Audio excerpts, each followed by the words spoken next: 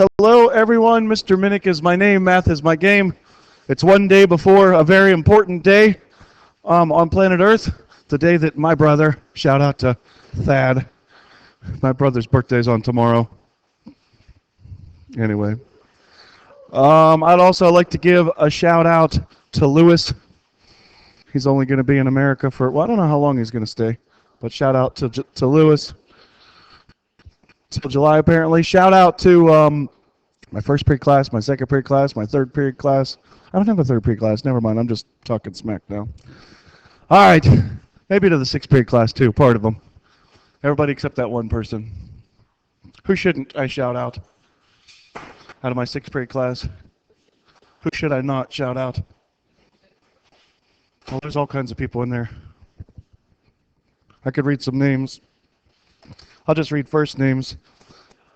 Chelsea, Alex, Olivia, Madison, Ryan, Maddie, Mackenzie, Jacob, Jake, Evan, Alexander, Matt, Jack, Tom, Erica, Lewis, Brandon, Jordan, Travis, Kyle, and Kyle. I shouldn't shout out Kyle? Okay. Kyle does not get a shout out in sixth period. So here we are. Anytime you have a function of this form, y equals a times b to the x, that's considered a parent function. Okay, that's considered a parent function. I should be real clear about some things. That's true when the a is positive. That's true when the a is positive. That's a parent function. So what they're gonna tell you in the homework is this. They're gonna give you something like, of course, the phone would ring when I get right into this. That's how it always does. All right. So if you're watching this back, you didn't miss a thing. So here we go. In the homework, they're going to say something like this. Y equals negative 5 times a, no, not times a, times 2 to the x. And they're going to ask you, what's the parent function? What's the parent function? Anybody think they have any idea what it would be? Not 2x. So the question is, what is the parent function? Is there not one since the a is negative? No, but you're onto something. The parent function assumes that the a is positive. So the a value, well, I'll just give it away. Here's the answer. The answer would just be y equals 5 times 2 to the x. What does that look like if you graphed it? Well, y-intercept is 5. Is that exponential growth or decay?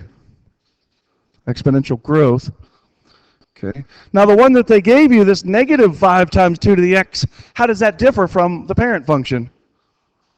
It's a reflection. It's flipped. Okay. So they might go on to ask you, they might say, well, what kind of transformation is that?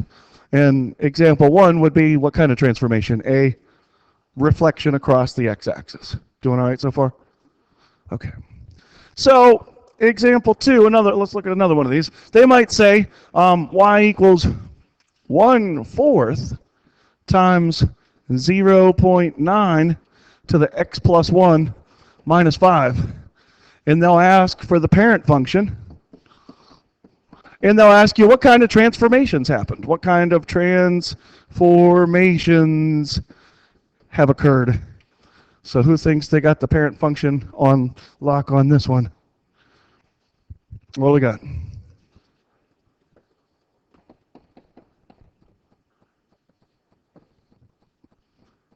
You had me up until the y equals 1/4 times the 0.9 to the x. You had me up until there. Because it's just that. Yeah, it's just the y equals 1/4 times 0.9 to the x. After that, the plus 1, the minus 5, that makes this thing not a parent function anymore. So the deal is the parent function is going to be of this form where the thing's not translated to the right or to the left. Okay? Because the second we look at this plus 1, what does that do to the function? It translates the thing or marches the thing to the, somebody said it, say it loud, say it proud. That says left 1. So that's a horizontal translation, left 1. And then the minus 5, what's that do? Drags the thing down 5. What do we think? Not too bad? Good. Now one might argue that this 1/4 is another kind of transformation. It's a compression, good. It's also a compression. It's also a compression. So maybe I should have backed that thing up. Maybe I should fix my statement. Maybe the parent function needs to read, well, it's of the form, where's my eraser? There it is.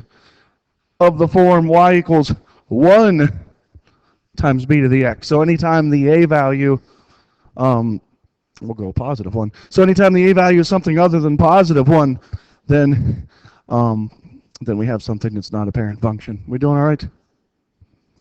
All right. So if that's the case, that might change the answer to this one. That might make the answer to this one y equals 2 to the x, huh?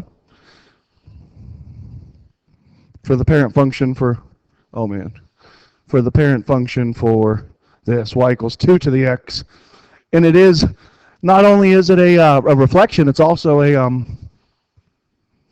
because of the 5, it's a stretch by a factor of 5. Okay.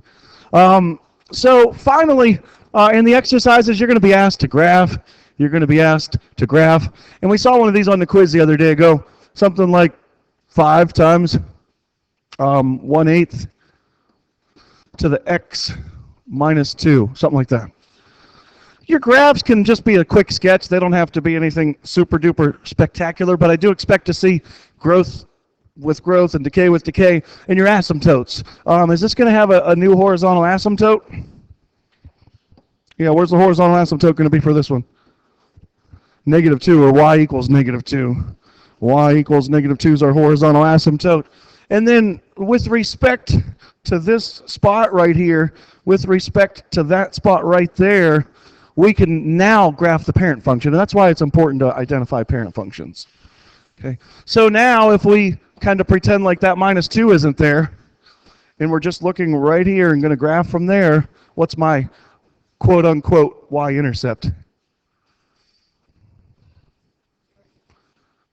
My y-intercept, yeah, it's going to, in the Cartesian plane, it's going to be the point 0.03.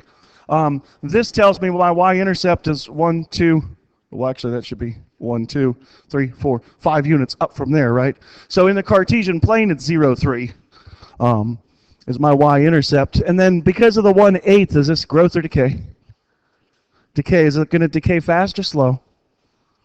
Fast. Yeah, because the b value of 1/8, that's 0.125. That means the decay rate is 87.5%. So that thing's decaying pretty quickly. So the graph is going to be decaying pretty rapidly. Okay. What do you think? Any questions about the graphs on these? All right. I said this wouldn't take very long. The only other thing we got to talk about is the number e. E is approximated by this series or sequence, 1 divided by n to the n power as n, and then I'm going to draw a little arrow. In this context, that arrow means approaches or gets really close to infinity. So this arrow means approaches. So if we use a really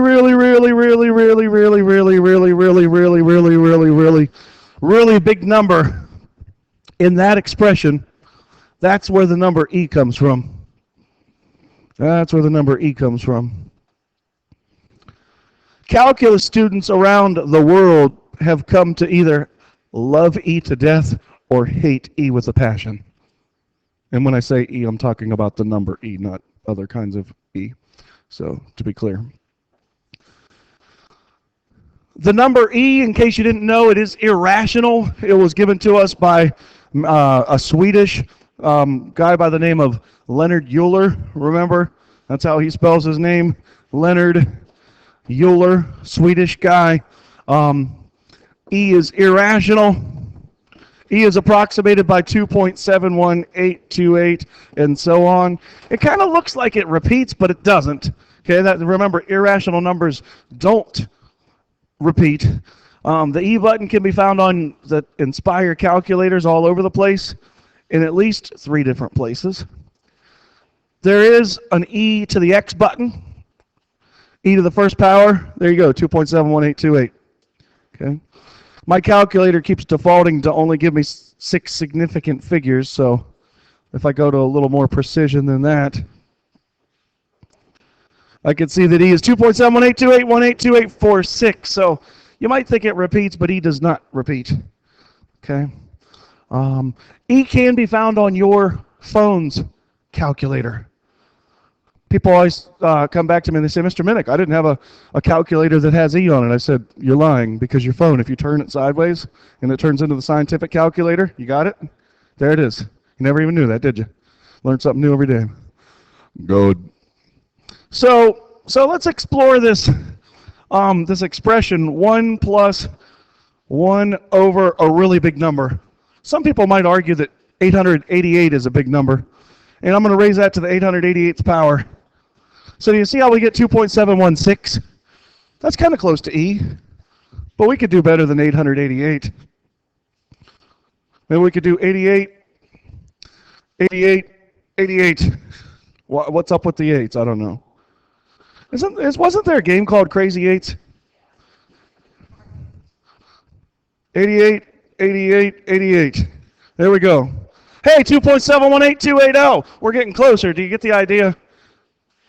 So the reason that is so valid and significant and impactful is because if we look at this formulae, I started to go over this in most of the classes yesterday. My second period class hasn't seen this. But if we look at that formulae, and we realize that 1 plus 1 over n to the n, as that number gets larger, as that n value gets larger, you know what can take the place of all that? E. So we can have E take the place of all that. So there's this new formula. There's this new formula, and it goes like that. See the red one? You need to know it. PERT. On the final exam, you'll need to know it. They might even give it to you on the final exam. On the next quiz you're going to take in here, you're going to need to know it. It's called the continuously compound interest formula. It's called the continuously compound interest formula. P is the initial investment, just like before. R is the rate, needs to be converted to a decimal, just like before. T is time in years, just like before. And E is Leonard Euler's irrational number, 2.71828, and so on. So we have one more example, and that's it for the day. You ready? I told you this wouldn't take very long. And we should probably not have homework. Maybe I'll just collect the homework before you pass out. I think that'll be good. So that way it's not homework, it's more classwork. Sound like a plan? Good. So here we go. Last example today. Last example.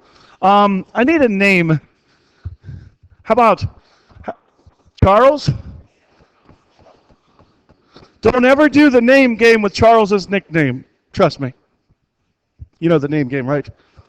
Larry, Bowberry, Banana, Fanafo. Yeah. Don't ever do the name game with Charles's nickname. Because Charles goes by Chuck for short. Don't ever do the name game. Trust me. Okay, Charles invests $10,000 into an account that yields 7 1/3% interest. Mr. Minnick, why do you like those fractional interest rates? Because I want you to learn how to use the calculator properly. Part A, and this is going to be for 30 years. In Part A, interest is compounded. Interest is compounded annually. Part B, interest is compounded monthly. And Part C, interest is compounded continuously. So Part A, we're going to look when interest is compounded annually. Part B, interest is compounded monthly. In part C, interest is compounded continuously. So I think we all know what the P is, right? 10,000. So on our calculator, we could probably go ahead and take 10,000 and store that as P. Remember how to store? Control variable. I'm storing that as P. 7 and 1/3%. I'm going to store that as my rate. Remember, if you missed the other day ago, we said thou shalt not round the rate, ever. So if you want to try to use .073, not going to get it done. Don't ever round the rate. So we got the P, we got the R. We said 30 years is going to be our time. And then in part A, we're going to do this for compounding the interest annually. So what formula should I use? The compound interest formula. Good, I got to use that blue formula. So for part A, I'm going to take P times the quantity 1 plus R divided by N. What on earth is my N if the interest is compounded? It's 1, good. Yeah, annually there's 1 annual in a year, so divided by 1, and I raise this to the 1 times T power. Everybody with me? Picking up what I'm putting down? So we end up with a lot of money and 71 cents. That's a pretty good return, isn't it? Taking 10 grand and making it 83, 567, 71. 83, 567, 71. 83, 567, 71. Bam. You think we're going to do better when we compound the interest monthly? A little better. I bet we get to 85,000 if I was a betting man, but I'm not allowed to bet because it's unlawful in schools. At least that's what I've been told before. Hey, look at that. 89, 647, 93. 89, 647, 89. I forgot already. 647, 93. 647, 93. There we go. Any questions so far about using the compound interest formula? We've done that, right? Well, now, what's the end value going to be for part C? I'm not going to use the end value. I got to use the other formula, don't I? So now I got to use the PERT formula. Yeah, good. So for part C, and I'm not going to tell you on the next quiz, well, how do I know which formula to use? Well, if the interest is compounded continuously, like it is in part C, then you're going to use the continuously compound interest formula. Does that make sense? It seems pretty obvious to me, but some people don't get that. So P times E, I'm going to use this E to the X button, times E to the R times T power, bam. Wow, we did good with the interest compounded continuously. It seems like that's the winner, doesn't it? 92.50, and what's the change there? Does that 13 round to 14 because the 4 has a 9 next to it? No, you can't kick the can down the road when you're round. We'd look right at the 4. The 4 is a 4. It's not a 5, but it could be a 5, but it's not. So it's 13 cents. 90,250. 90,250 and 13 cents. It's been real. It's been fun. I hope everybody hands in their homework paper before they pass out. Those who are on the field trip, yours will be due after you get it the next day back. Have a great day. See ya. Any last second shout outs? Seb, Mr. Minnick, thank you. And we're not shouting out Kyle. Which one? Kyle Workman does not get a shout out. Okay. All right. Well, then it's settled. Have a nice day.